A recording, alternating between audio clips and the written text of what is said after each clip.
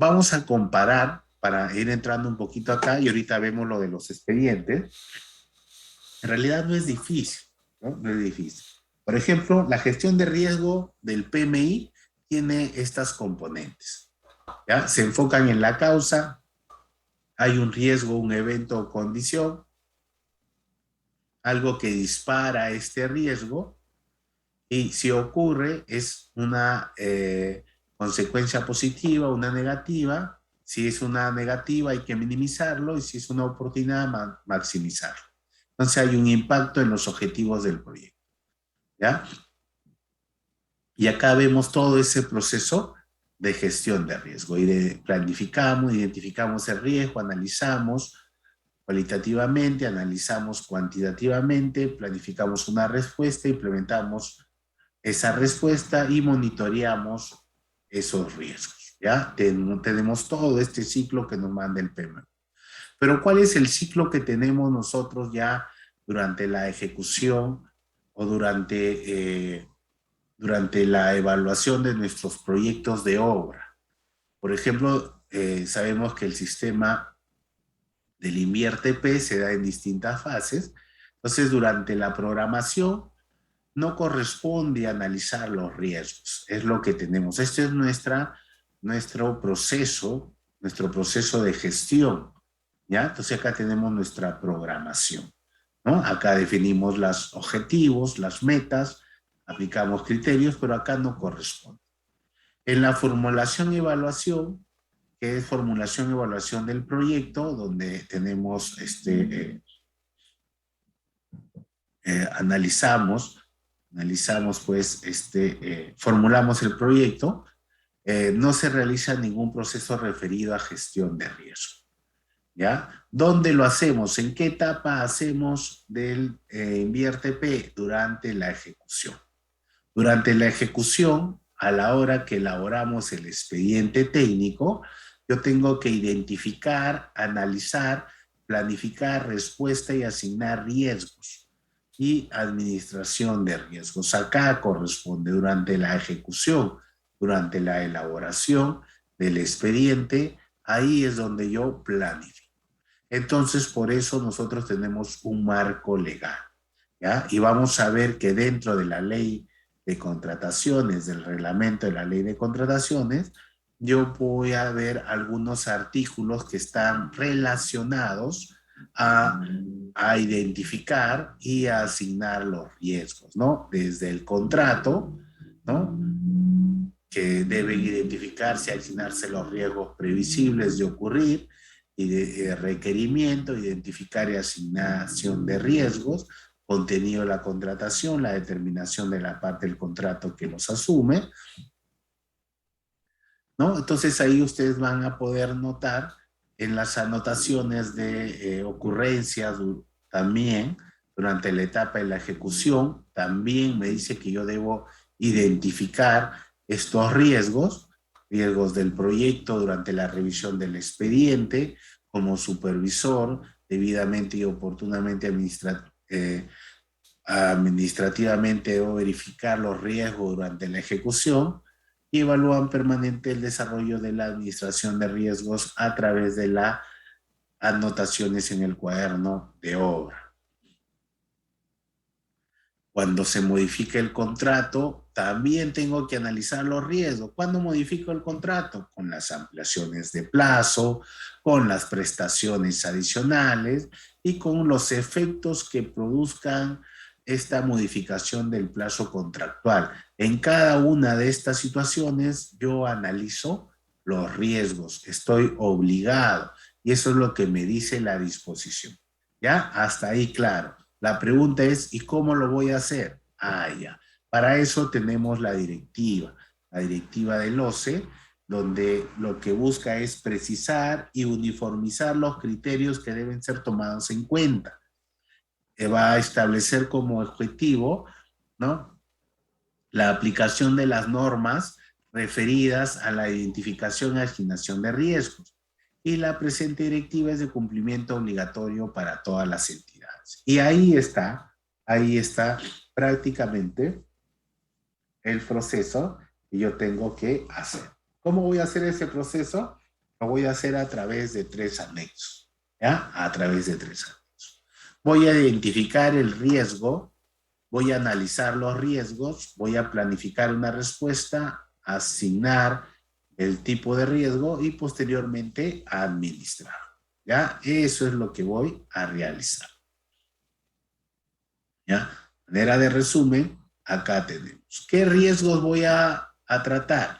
Riesgo de errores o deficiencias en el diseño, riesgo de construcción, riesgo de expropiación de terrenos, riesgos geológicos, riesgos de interferencia. Si se dan cuenta, no son riesgos de desastre, riesgos ambientales, riesgos arqueológicos, ¿no? Riesgos derivados de evento de fuerza mayor o caso fortuito, pero tengo que ir a analizar.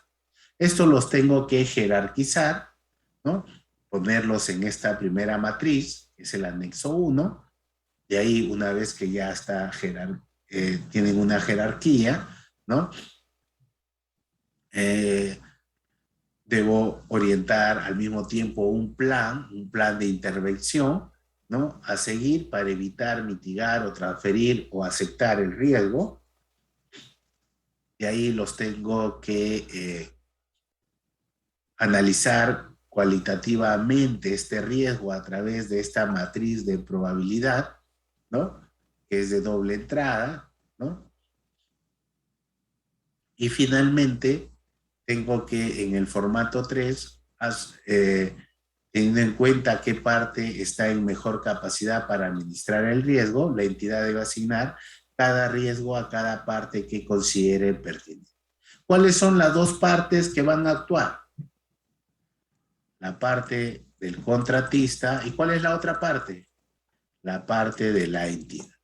O sea, se le va a asignar riesgos al contratista y se le va a asignar riesgos a la entidad y al mismo tiempo se le va a tratar de dar un plan de acción, ¿ya? ¿Por qué? Porque tengo que saber que ante una posible ocurrencia de este riesgo, tengo que saber quién va a responder por ello, ¿ya? Entonces, los riesgos asignados al contratista, ¿cuáles son? Durante el procedimiento de selección, él tiene el riesgo de revisar detalladamente los riesgos asignados en el expediente técnico, analizar y en función a ello preparar su propuesta, pues, ¿ya? Preparar su propuesta. Y de ahí tengo riesgo durante la ejecución. Y durante la ejecución voy a elaborar un plan de gestión de riesgo asignado, identificar nuevos riesgos que puedan perjudicar los plazos, los costos y las calidades. Ya está. ¿Cuáles son los riesgos asumidos por la entidad? Los riesgos asumidos por la entidad durante el proceso de selección son los riesgos identificados en caso de identificar los riesgos, verificar los riesgos identificados. En caso de identificar nuevos riesgos, se tienen que incluir en las nuevas matrices. Y si existieran observaciones durante el proceso de selección, o sea, si alguien por ahí dice, no, eso no puedo yo asumirlo, tener en cuenta que tiene que mejorarse esa capacidad. Durante la ejecución de obra, el supervisor de obra realiza la oportuna administración de riesgos, ¿no? El administrador de obra deberá realizar el monitoreo de los riesgos asignados. Yo por eso les pasé por acá. Por ejemplo, miren acá, este se les ha pasado. Y acá debemos tener la gestión de riesgos. Vamos a abrirlo.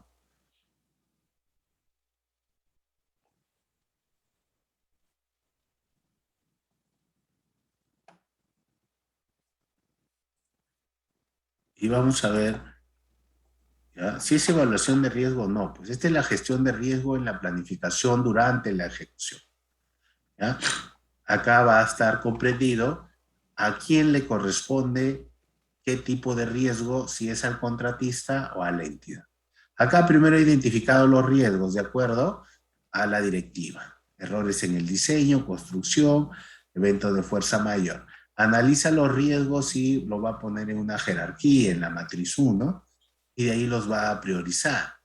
y dice que el riesgo de diseño, el riesgo de construcción, el riesgo geológico, y hay una alta probabilidad para el riesgo por fuerza mayor, ¿ya? Y de ahí se va a plantear una respuesta de estos riesgos, ¿ya? Una respuesta de estos riesgos. Y finalmente va a concluir, ¿no? Realiza un adecuado análisis de riesgo, la finalidad, y acá están sus tres matrices que deben estar en este estudio, ¿no? Disparador, trabajos en alturas a 2 metros, acciones a dar, entonces acá está. Durante la ejecución, cualitativo, y ya está. Esto es diferente a un análisis de elevado, ¿ya? El análisis de elevado. A ver, vamos a ver acá otra gestión de riesgos. Debería estar por acá.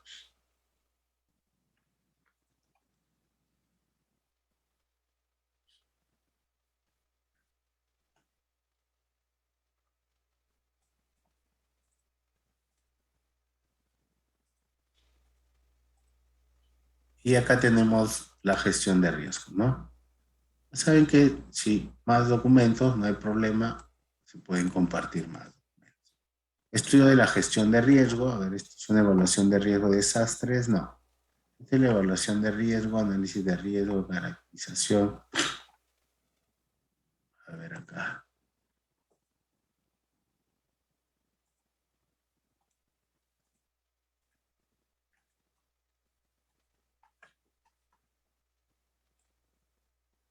Base legal. Ya, esto es una evaluación de riesgo, esto es un EVA, ¿ya? Porque acá va a verificar cuáles son los desastres, pero una vez que ya encontró cuáles son los desastres, él va a tener que escoger el mayor de estos desastres y a ese lo va a analizar, ¿ya? A ese lo va a analizar. Si hubieran dos desastres con alto potencial de ocurrencia, él va a tener que presentar dos informes de evaluación de riesgo, ¿ya? ¿Por qué? Porque eso no sigue el anexo, ¿no? No sigue el anexo, está previsto en la directiva. Ya está. Pero ahí les he pasado de colegios también y van a revisarlo. Cualquier cosa me consultan también la otra clase, ¿no? Como le digo, la intención es que tengan ahí los documentos. Ya está. Esto con respecto a la evaluación de riesgo, ¿ya? De ahí viene el valor referencial. ¿Qué es el valor referencial en los expedientes técnicos? El valor referencial en el caso de consultorías, el valor referencial para provocar un proceso de selección, en realidad debe ser 6 meses para obras, ¿ya? Para obras, contados a partir de la fecha de terminación del presupuesto. Acá está. En los contratos para la ejecución de obras, corresponde al monto del presupuesto de obra establecido en el expediente técnico. A ese le llamamos valor referencial. Para obtener dicho monto, la dependencia de la entidad o consultor de obras que tiene a su cargo la elaboración del expediente técnico va a realizar algunas cosas. ¿Qué cosas tiene que realizar? La indagación de mercado que le permita contar con el análisis de precios unitarios actualizados. Es por eso que se presenta una lista de cotizaciones, teniendo en cuenta los insumos requeridos, las cantidades, precios o tarifas, además de los gastos generales, variables y fijos. El presupuesto de obra se encuentra suscrito por los consultores de obra, servidores públicos que participaron en su elaboración, o sea, tiene que estar firmado, ¿ya? Tiene que estar firmado. Ya, este valor referencial, ¿ya? Evidentemente tiene algunos límites para la oferta, o sea, el valor referencial es el 100% de la oferta, pero los postores pueden ofertar, ¿no? En base a un 90 o en base hasta un 110 en este parámetro, ¿ya? Entre este parámetro se puede ofertar, ¿ya? Se puede ofertar. Si esto fuera menor, estamos mostrando de que esa oferta no va a ser admitida, y si esta fuera mayor a 110, tampoco, ¿no? Se entiende de que si es menor a 90, el contratista va a tener que sacrificar alguno de los elementos de la obra y es muy probable que él trate de sacrificar la calidad de la obra, ¿no? De repente haciendo malas prácticas o qué sé. Y si sobrepasa el 110%, se entiende de que la obra tiene que ser reformulada, ¿no? Reformulada. Ya, de esa manera. ¿Qué es el crédito presupuestario? Es requisito para convocar un procedimiento de selección bajo sanción de nulidad, contar con la certificación del crédito presupuestario de conformidad con las reglas previstas en el Sistema Nacional de Presupuesto Público. En otras palabras, si una entidad, si un área usuaria quisiera sacar un nuevo requerimiento de una obra, inmediatamente se tiene que verificar si se va a contar con ese dinero. Entonces, ¿qué son los conceptos de créditos presupuestarios? Son créditos presupuestarios cada una de las asignaciones individualizadas del gasto, ¿no? Que figuran en los presupuestos de los órganos y entidades públicas, ¿no? Entonces, eso es lo que ustedes van a tener que verificar. ¿Por qué son importantes esta certificación del crédito presupuestario? Que es preciso tener en cuenta la importancia de emitir este crédito, recordando que constituye un acto administrativo, o sea, por obligación debe darse esta certificación, ¿no? Cuya finalidad es garantizar que se cuenta con el crédito presupuestario disponible y libre de afectación para comprometer un gasto con cargo al presupuesto institucional autorizado al año fiscal respectivo, ¿no? En otras palabras, durante el mes de noviembre, diciembre, prácticamente hacen el área usuaria, hacen sus requerimientos y esto se plasma en un plan, ¿no?, anual de contratación y se manda a aprobación, ¿no? Se manda a aprobación y se va a certificar ese crédito, ¿no? Ese crédito. Bueno, ahí lo van a poder ver. O sea, no puede haber una obra que no haya tenido esta certificación. De ahí nos pide hablar del expediente de contratación, ¿ya? Hay que ver que cuando se realiza un proceso de contratación, que ya lo hemos mencionado, hay tres fases, ¿no? Hay tres fases de contratación, ¿ya? Hay tres fases durante estos procesos, ¿ya? Por ejemplo, la primera fase son los actos preparatorios. Acá están los actos preparatorios. ¿Y con qué inicia estos actos preparatorios? Con el requerimiento del área usuario, ¿no?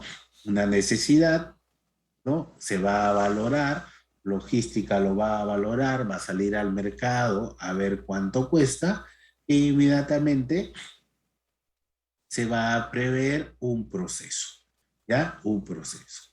En otras palabras, la segunda, cuando termina estos actos preparatorios, esto va a terminar cuando se inicia la convocatoria.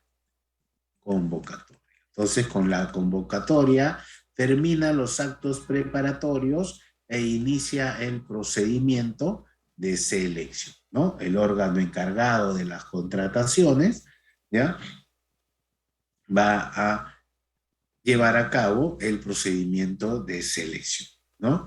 Este procedimiento de selección va a terminar cuando se inicia el contrato, ¿no? Cuando se firma el contrato, inicia la parte de ejecución contractual y termina la parte de procedimiento de selección. Y cuando termina la ejecución contractual, cuando ambas partes han culminado sus obligaciones. Esto termina cuando ambas partes han terminado sus obligaciones. Hablando de obras, se ejecutó la obra, se liquidó la obra y con la entidad se dio por pagado todos los aspectos de la obra, ahí se culminan las obligaciones, ¿ya? Pero en esta parte del procedimiento también pueden darse dos casos, ¿no? Este procedimiento de selección puede terminar con el contrato o puede terminar también con una cancelación, ¿no? Una cancelación. De repente ya no es necesario ese requerimiento, ¿no? Ya no es necesario ese. ¿Ya? Entonces vamos a ver acá las actuaciones preparatorias, ya que nosotros queremos hablar del expediente de contratación, y vamos a ver que dentro de ¿qué ocurre dentro de estas actuaciones preparatorias? Se va a formular el requerimiento, se realiza la indagación, se elabora el plan anual de contratación y acá está, se genera un expediente de contratación. ¿Ya? Se va a generar un expediente de contrataciones y hay órganos a cargo del procedimiento. Tenemos el órgano encargado de las contrataciones, que dependiendo del tipo de proceso de selección lo lleva a cabo. O si no, se lo va a encargar al comité de selección. ¿Ya? Se lo va a encargar al comité de selección. ¿Quién formula el requerimiento? Lo formula el área usuaria. ¿Ya? Que la indagación de mercado son las averiguaciones previas que permiten definir el valor de la contratación, ¿no? Consiste en el análisis respectivo de la pluralidad de marcas y postores, así como de la posibilidad de distribuir la buena promo. ¿Y qué es el plan anual de contrataciones? El instrumento de gestión indispensable para que la institución pueda contratar algún objeto, ¿no? Algún objeto durante el año fiscal siguiente.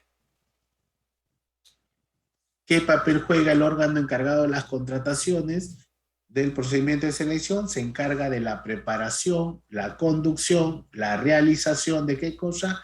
Del proceso. Ya les mencioné, de acuerdo al proceso de selección, lo ejecuta el órgano encargado de las contrataciones o lo envía al comité de selección, ¿ya? O lo envía al comité de selección. ¿Y qué es el expediente de contratación? Es el conjunto de documentos que conforman una contratación, ya sea bienes, servicios u obras.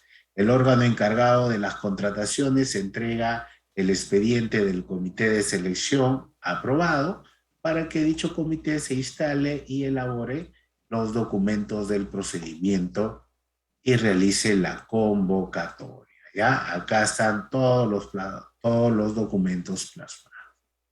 ¿Ya? Entonces vamos a dejar en este punto, ya mañana hablaremos del comité, mañana el viernes, ¿no? El viernes hablaremos del comité de selección, quiénes son los titulares, quiénes están a cargo. Como le digo, estamos haciendo la parte previa a la ejecución, ¿ya? La parte previa a la ejecución, y de ahí entramos a formalizar los contratos de obra para finalmente entrar a hablar, pues, de la ejecución, de la ejecución y de los parámetros que se deben cumplir.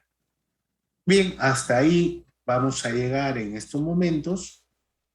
Si habrá alguna consulta de lo que hemos mencionado, pero si no, pueden revisar el material y ya el día viernes de repente tener ya unas consultas y si se pueden atender, si no, se dejan para la última clase. No hay inconveniente.